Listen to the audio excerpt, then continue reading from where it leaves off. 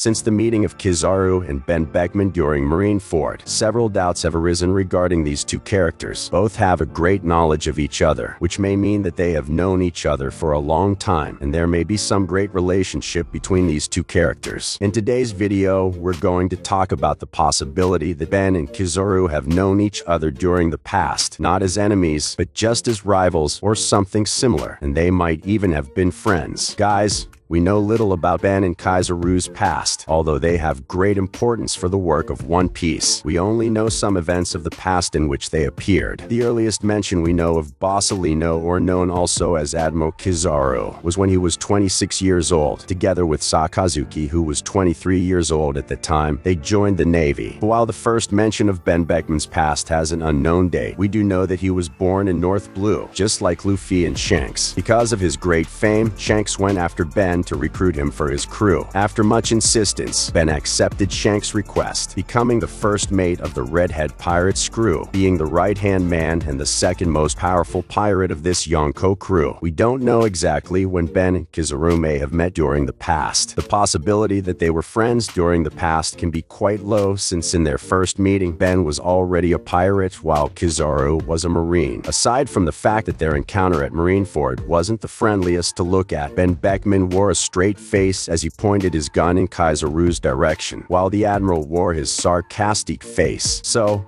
during the past, they may have faced each other several times, since Benn belongs to a crew of very powerful and famous pirates worldwide. These clashes may have happened at a time when Shanks was not a Yonko, for there is a rule or a contention that Marines and Cypher Paul agents have not to attack a Yonko unless they are forced to start a fight with them or have received orders from their superiors. This means that after Shanks became a Yonko, Kizaru hardly dared to challenge Benn or any other Shanks crew to a duel. If that happened, it could cause a major world conflict. We don't have much dialogue between these two characters to know if they actually fought in the past, but if they did, it was likely to have been a very interesting and memorable fight. Both characters are very powerful, which can provide a very balanced confrontation. We know that Benn Beckman's main means of combat are through his long-barreled combat tools, in addition to knowing how to use swords as well, although it has not been shown how skilled he can be using them. His fighting style is similar to Yasopa's, as both use ranged weapons to pierce the body of their opponents by fusing their haki into their projectiles, managing to nullify their opponent's low giant and ability, or even the resistance that comes from haki and some fruit. As the first mate of a Yonko, it can be assumed that Beckman has a very advanced combat skill, having a very high level of haki as well as his captain Shanks. Usually the first mates of a pirate crew use swords as their means of combat, but Benn has been shown to use ranged tools, although it has been said that Benn once single-handedly defeated Higuma's crew of mountain bandits using only a cigarette and his rifle as a weapon. Club, which demonstrates that he has great physical strength to use swords or even heavy close-range tools, allowing Benn Beckman not to limit himself only to long-range tools. During the battle at Marineford, Benn Beckman demonstrated great fame, leaving even Admiral Kizaru distressed. Even before the Redhead Pirates revealed they were in Marineford, Jin was carrying an unconscious Luffy to Law's submarine. In an attempt to prevent Luffy from escaping great danger in the future, Admiral Kizaru begins charging a light attack to hit Luffy and his allies who were helping him. But while charging the attack, Kizaru hears a familiar voice that tells him not to do that. When turning his head to the side to know whose voice it was, Kizaru realizes that Benn Beckman was right beside him, pointing a long-distance tool at him. "Your head." Kizaru got a scared but still sarcastic expression, but he still didn't cancel the attack, using a ray of light to hit Law's submarine. But before a battle between Benn and Kizaru could take place,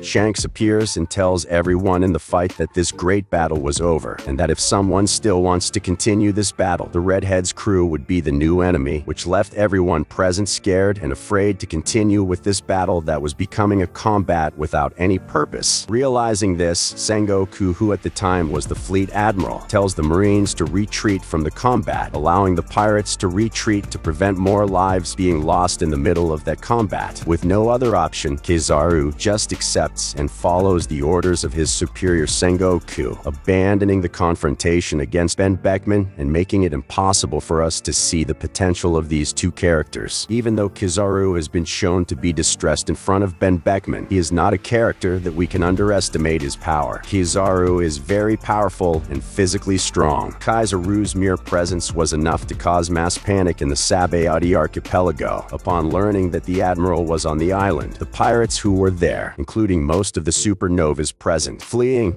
demonstrating that Kizaru has a great reputation for the world. While on the island, Kizaru was able to easily defeat 4 of the pirates known as supernovas or pirates of the worst generation, namely Basil Hawkins, Urwoog, X-Drake, and Scratchman Apro, defeating them individually in a very quick and easy way, demonstrating that there was a giant abyss of power between them, being practically untouchable during this event in the archipelago. After defeating 4 of the worst generation pirates, Kizaru faces the Straw Hat Pirate, managing to defeat them easily, almost taking Row's life without the Straw Hat Pirate being able to do anything to stop him because of his Loge's intangibility. Before Kizaru can take Row's life, the former right-hand man of the former King of Pirates appears in combat to fight the Admiral. Silver's Raylo appears to distract Kizaru while the Straw Hat Pirate flee from the mighty Admiral. Because of his considerably advanced stage, Raylo was unable to fight the Admiral for so long, demonstrating to be tired after a few minutes of combat, while Kizaru appeared calm and with his smiling face as always, managing to capture Rayla after Kuma teleported the Straw Hat Pirate to different location, leaving Kizaru, Kuma, Sentomaru against Rayla. At the end of this combat, even though Rayla was very powerful, he was only able to make a cut on the Admiral's cheek. Kizaru still continued in the Sabayati archipelago fighting the remaining pirates in the place, managing to capture a total of 500 considerably strong pirates and still come out of the fight intact, remaining only with the cut that Rayla made in him as proof that he didn't come out unscathed. Of this mission, during the battle at Marineford, Kizaru was able to take on many Newgate pirates, managing to defeat them without much difficulty, only Marco and Newgate proving themselves to be worthy opponents against the Admiral, making Kizaru have to try harder to face them, especially Newgate, who presented himself as the greatest danger in the battle. During the fight, Kizaru received a kick from Marco in his hybrid form, throwing him to the ground, but even so he was not able to hurt the Admiral. Not even Newgate, who was considered the strongest man in the world, was able to harm Kizaru, although he was already heavily injured, being at a disadvantage by fighting 3 admirals who constantly rotated and being at an advanced stage. Through his foot, Kizaru was able to hold off Newgate's